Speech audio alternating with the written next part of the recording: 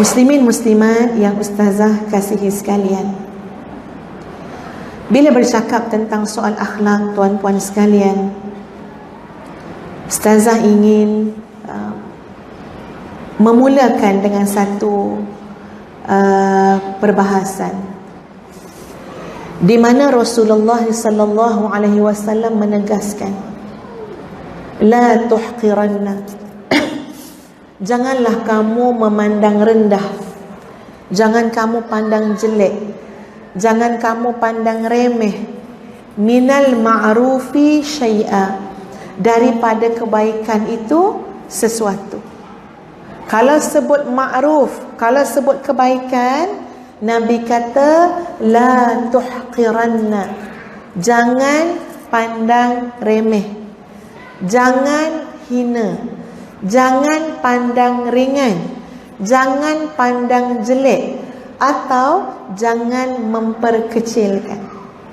Apa saja yang disebut ma'ruf, benda baik, jangan perkecilkan. Walau antalqa akhaka, walaupun sekadar kamu bertemu dengan saudara kamu, kamu bertemu dengan sahabat-sahabat kamu, kamu bertemu dengan sesiapa pun, adik-beradik kamu, mak bapak kamu, walau antalqa akhaka, walaupun kamu bertemu dengan saudara kamu, biwajhin taliq, dengan wajah yang berseri-seri. Jelas ya, Nabi cakap kamu jangan kecilkan, kamu jangan remehkan, kamu jangan pandang itu je ustazah, itu je akhlak baik ustazah, itu je kebaikan yang ustazah nak sebut, itu saja kebaikan yang mak nak nasihat saya. Contoh ya, jangan perkecilkan. Walau antalqa akhaka, walaupun sekadar kamu bertemu dengan saudara kamu, kamu mempamerkan, mempersembahkan wajah yang manis, wajah yang berseri-seri. Tengok tuan-puan, kita jangan cakap lagi pasal akhlak yang besar-besar, yang hebat-hebat tu. Ini kalau buka buku ni tuan-puan, Masya Allah, dimulakan dengan akhlak tawaduk. Tawaduk ni antara akhlak yang sangat hebat tuan-puan. Tawaduk, rendah hati. Apa ciri-ciri orang tawaduk? Antara lain, boleh terima nasihat. Itu orang tawaduk. Orang nak terima nasihat ni panas punggung tu tuan-puan. Ya, tuan-puan berapa lama boleh tahan kalau suami nak tegur atau suami nak nasihat? Berapa lama boleh tahan? Katalah suami cakap, yang malam ni free tak? Lepas maghrib, suami kata. Kemana pula kita katakan? Ya memang free lah. Okeylah kalau free, abang nak jumpa yang malam ni, ya, kita berdua je, abang ada benda nak tegur. Abang ada benda nak muhasabah, abang ada benda nak nasihat.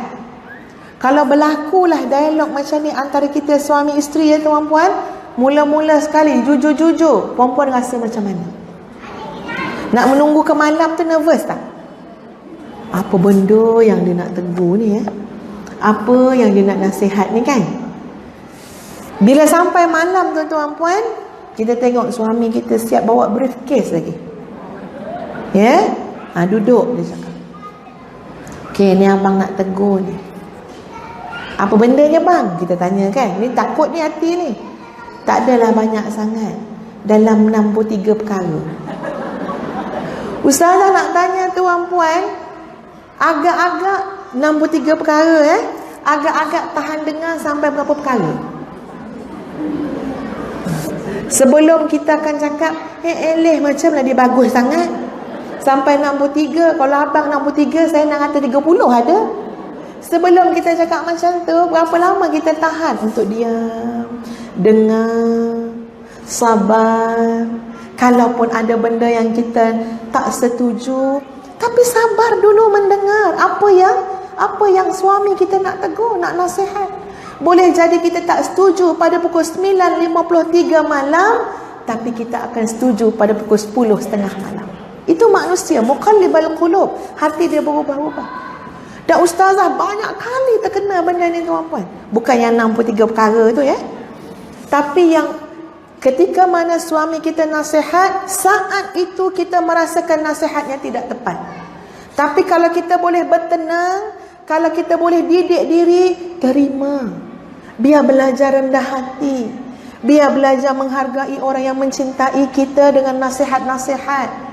Tak lama tuan-puan, lepas 1 jam, menung sekejap, fikir sekejap, istighfar 10 kali, istighfar 20 kali, lama-lama kita kata apa? Ya Allah, benar teguran suamiku tadi. Jadi ini kalau kita sebut tentang satu akhlak yang sangat hebat, terpuji, namanya tawadhu.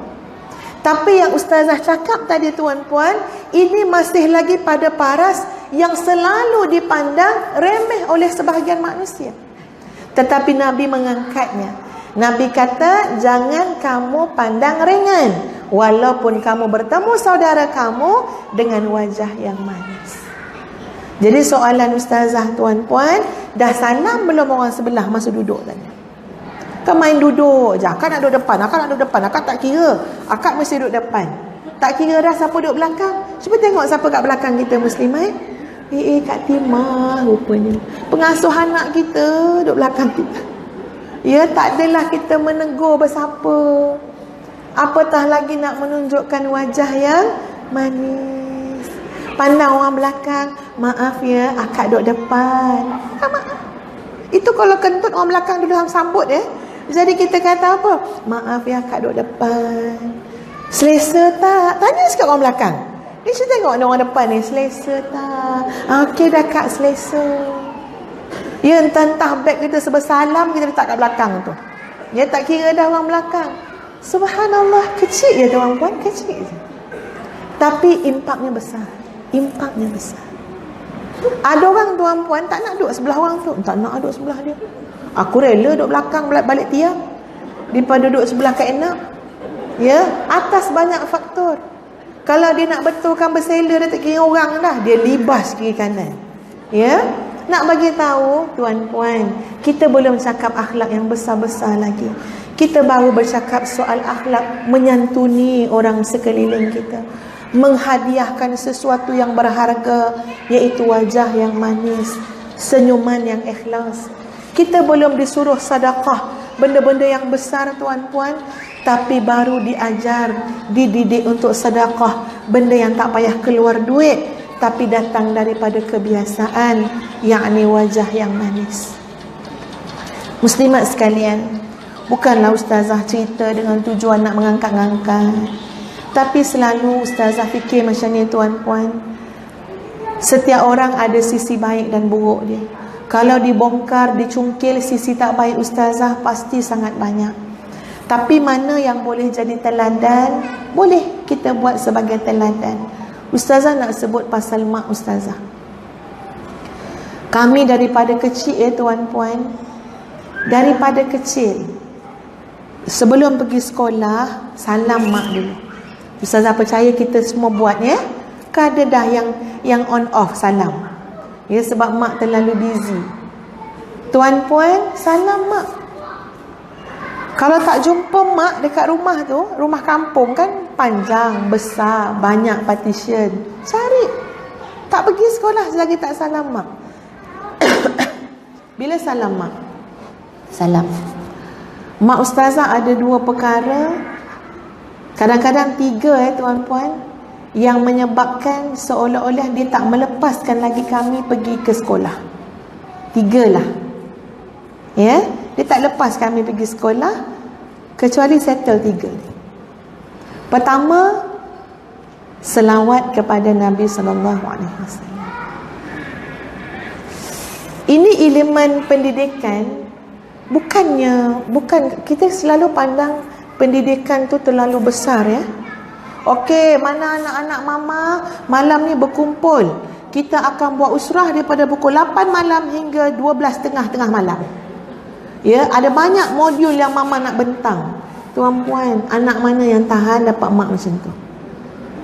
Pendidikan ni tuan-puan sangat memerlukan kepada istiqamah, konsisten. Walaupun bendanya kecil tapi ditanam, dipaku, ketuk sampai dia lekat. Jadi nombor 1, selawat pada Nabi. Man shalla alayya salatan wahidah sallallahu alaihi 10 salawat. Siapa selawat kepada Nabi sekali, Allah akan selawat kepada dia 10 kali. Itu nombor 1. Yang kedua tuan-puan, Alam Nashrah. Surah Alam Nashrah atau surah Asy-Syarh. Alam nashrah laka sadrak wa wada'na 'anka wizrak. Tu baca sama dengan mak baca. Dan yang ketiga ialah manis wajah. Selalu pagi-pagi muka kelat tuan-puan sebab stokin sebelah hilang. Lencana tak jumpa. Scarf entah ke mana. Mencari kena marah lagi apa semua. Oh ya Allah, muka masam macam ni salam. Mak tak akan lepaskan. Selalunya macam tu. Senyum dek, senyum. Maniskan muka tu. Ilmu susah nak masuk pada muka yang masam mencuka. Agak-agak setuju tak tuan-tuan?